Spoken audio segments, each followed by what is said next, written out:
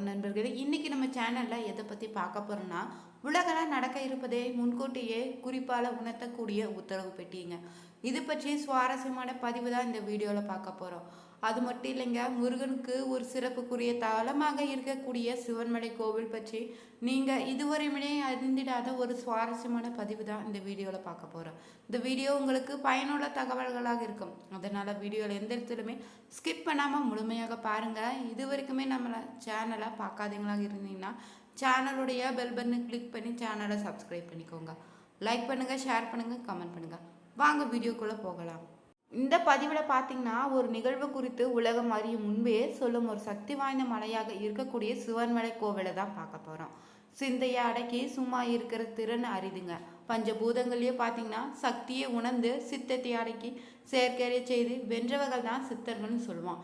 அந்த வகையை சேர்ந்தவர்களை ஒருவராக இருக்கக்கூடிய சிவ வாக்கிய சித்தருமே பூஜித்த மலை தாங்க சிவன்மலை.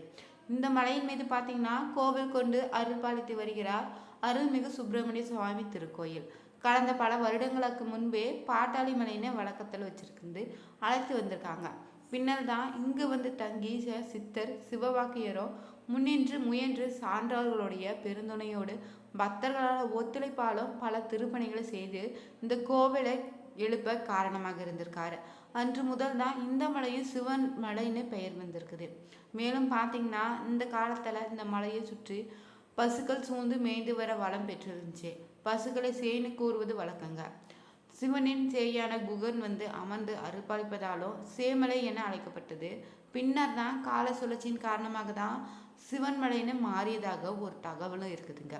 இந்த மலையினுடைய சிறப்பு குறித்து அங்கு சாமி கும்பிட வந்த ஈரோட்டை சேர்ந்த காங்கிரஸ் கட்சி பிரமுகராக இருக்கக்கூடிய ராஜேஷ் என்பவரோட பேச்சு கொடுத்து கேட்டபோது அவர் என்ன சொல்லியிருக்காரு தெரியுமா?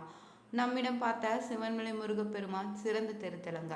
இது பார்த்திங்கன்னா கொங்கு நாட்டில் புகழ்பெற்ற திருத்தலங்கள் ஒன்றாக இருக்குதுங்க. இங்குள்ள முருகன் சக்தி வாய்ந்த தெய்வம். தான் தெரிவிக்க விரும்புவதை பக்தருடைய கனவுல வந்து தான் கூறி கட்டளை இட்டு பின் நடப்பதை முன்கூட்டியே தெரிவிக்கும் அபூர்வ சக்தி வாய்ந்த கோவில்னு சொல்லியிருக்காரு.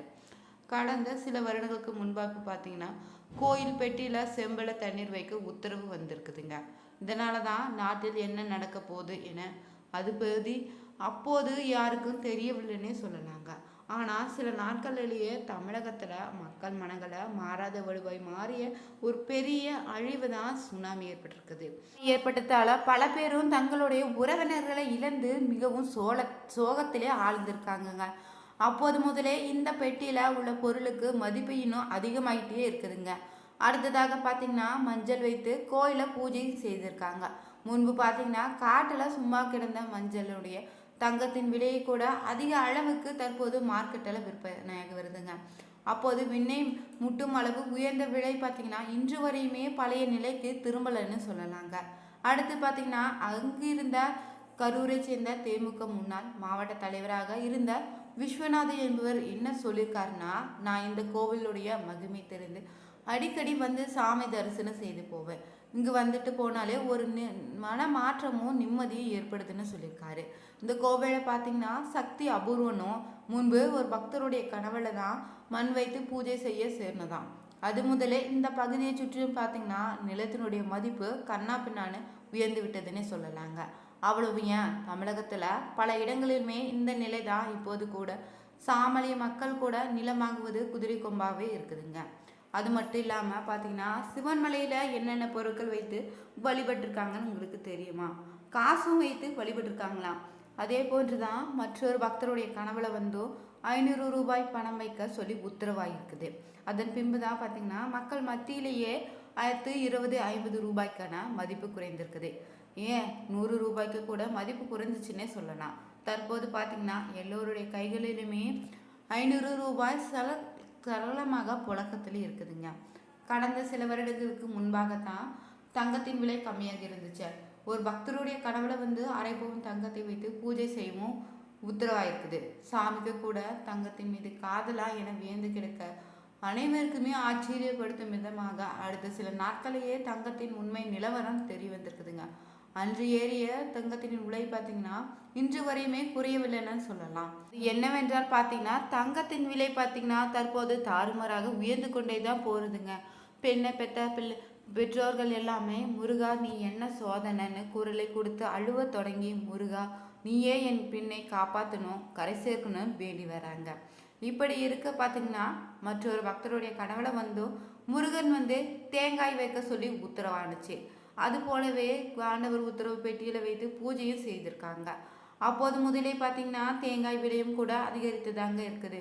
கொப்பரை தேங்காய்க்கு கூட ஒரு மவுசு வந்துடுச்சுங்க. கொப்பரை தேங்காயில் உழல் வரை சென்று தற்போது தேங்காயின் விலை குறையாமலே இருக்குதுங்க. தற்போது பார்த்தீங்கன்னா திருப்பூரை சேர்ந்த கோடீஸ்வரன் என்ற பக்தருடைய கனவுல தோன்றி பச்சை அரிசி வைக்க சொல்ல உத்தரவானுச்சு. அதன்படியே பெட்டியில் தற்போது பச்சை அரிசி வைத்து பூஜையும் செய்திருக்காங்க. சுப்பிரமணிய கோவில் பார்த்தீங்கன்னா தமிழ்நாட்டிலேயே திருப்பூர் மாவட்டத்தில் தான் காங்கேயத்திற்கு அருகில் சிவன்மலை அமைந்துள்ள அருணகிரிநாதரால் திருப்புகழ் பாடப்பெற்ற பெருமை கொண்ட முருகன் கோவிலுங்க. மூலவராக சுப்பிரமணியரும் மல்லியுடன் ஒரே கருவறையில் திருமண கோலத்தில் எழுந்திருக்காரு. பாட்டாளி என்ற கிராமமே பார்த்தீங்கன்னா சிவன்மலை அமைந்துள்ள பகுதியாக சொல்லப்படுது. பால்வளமிக்க வனத்தில் தான் கோவில் கொண்டுள்ள நல்ல மங்கை உடனமர சிரவணீஸ்வரன் மகனே சிவன்மலை சுப்பிரமணிய சுவாமி கோவில் அமைஞ்சிருக்குது. மலைச்சாரல்ல பார்த்தீங்கன்னா திணைப்புணம் காத்து கொண்டிருந்த வள்ளியம்மையை காதல் மனம் புரிந்து இங்கு முருகன் குடியேறியதாகவும் சிவன் திரிபுரத்தை அழிக்க மேருமலையை வில்லாக பயன்படுத்திய போது அதிலிருந்து சிதறிய ஒரு சிறு பகுதி தான் சிவன்மலைன்னு சொல்லப்படுதுங்க. பார்வதியும் அகத்தியருமே சிவனை நோக்கி தவம் செய்த தலனும் வள்ளிமலைக்கு சென்று வள்ளியை மனமுடிந்த முருகன் வள்ளியுடன் இங்கு திரும்பி குடிக்கொண்டதாகவும் தல வரலாற்றில் கூறியிருக்காங்க. அதனால தான் இந்த தலத்தில் முருகன் சுப்பிரமணியராக வள்ளியுடன் காட்சியளிக்கிறாரு. சிவன்மல கோவில்களையே பார்த்தீங்கன்னா பிரசித்தி பெற்றது தான் ஆண்டவர் உத்தரவு பெட்டிங்க. மனிதருக்கு ஏற்படும் இன்னல்களை மகிழ்ச்சிகளையுமே முன்னதாகவே உணர்த்துவதால தான் மூலவருக்கு காரணமூர்த்தி என்ற பெயரில் அழைக்கிறாங்க. சிவன்மலை ஆண்டவர் பக்தருடைய கனவுல தனக்கு இன்ன பொருளை வைத்து பூஜை செய்யுமாறு கூறுவாராம். அதன்படி தான் சுவாமியிடம் உத்தரவு கேட்கப்பட்டு உத்தரவானது குறிப்பிட்ட பொருள் ஆண்டவர் உத்தரவு பெட்டியில வைக்கப்படுதுங்க. இன்னொரு பக்தருடைய கனவுல அடுத்த பொருளை சுட்டி காட்டும் வரையுமே பழைய பொருளை கண்ணாடி பெட்டிக்குள்ள பக்தருடைய பார்வைக்காக வச்சிருப்பாங்க. இந்த கோளில் பிரார்த்தனையாக என்னென்ன பிரார்த்தனை செய்யப்படுது பார்த்தீங்கன்னா திருமண தடை, குழந்தை பாக்கியம், தொழில் மேன்மை, நோய் பாதிப்பு என அத்தனை பிரச்சனைகளுக்கும் தீர்வு கிடைக்கும்னு அற்புத தலங்களை இது ஒன்றாக விளங்குதுங்க. வக்கரக சந்நிதியை 9 முறை சுற்றி வழிபட்டு வந்தாலே எத்தனை பிரச்சனை இருந்தாலுமே அதிலிருந்து நீங்க விடுபடலாம். சனி பகவான் தனி சன்னதியில இருந்திருக்காரு. மலை மேல பார்த்தீங்கன்னா சுரலோக நாயகி சமேத ஜரகீஸ்வரர் இருந்திருக்காரு. காய்ச்சல் வந்தவங்க இங்கு ஆலயத்துக்கு மிளகு ரசம் வைத்து பூஜை செய்து உண்டாலே காய்ச்சல் நீங்கும் என்பது ஐதீகமாக இருக்குது. மற்ற திருத்தலங்க போல இல்லாமல் இங்கு பார்த்தீங்கன்னா முதல் வழிபாடு முருகப்பெருமானுக்கு தான். ஆனால் மற்ற கோவில்களை பார்த்தீங்கன்னா முதல் வழிபாடு விநாயகருக்கு தான். நவகிரகங்களில் அனைத்தும் சூரிய பகவானை பார்த்து நிற்குது. அணையாத தீபம் எரிந்து கொண்டே இருக்குதுங்க. திருநள்ளாறு சென்று சனீஸ்வரரை தரிசிப்பதும் சூரியநாராயணன் கோவிலுக்கு சென்று சூரியனை வழிபடுவதும் ஏற்படக்கூடிய பலன்களை நீங்கள் இந்த கோவிலுக்கு வழிபட்டால் அதற்கான பலன்களை நீங்கள் பெற முடியும்.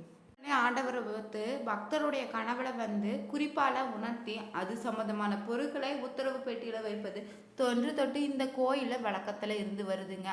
அப்படி பக்தர் கனவுல தோன்றி கூறிய பொருளை பக்தர்கள் கொண்டு வந்தாங்கன்னா மேற்படி பார்த்தீங்கன்னா பொருளை உத்தரவு பெட்டியில வைக்கலாமா என சுவாமியிடம் அர்ச்சகர்கள் வெள்ளையோ சிவப்பு பூ வைத்து உத்தரவு கேட்பாங்களாம். வெள்ளை பூ விழுந்துச்சுன்னா அனுமதி கிடைத்தால் ஏற்கனவே உள்ள பொருள் மாற்றப்பட்டு புதிய பொருளை வைத்து பூஜை செய்வாங்க. இதுவரையுமே இங்கு பார்த்தீங்கன்னா மண், துப்பாக்கி, ஏற்கலப்பை, ரூபாய் நோட்டு புத்தகம், சைக்கிள், அரிசி, மஞ்சள், இளநீர், சங்கம், சர்க்கரை, கணக்கு நோட்டு, பூமாலை, ருத்ராஜம், இரு இளநீர்கள் என பல்வேறு பொருட்களை வைத்து பூஜையில் நடத்தப்பட்டிருக்குது.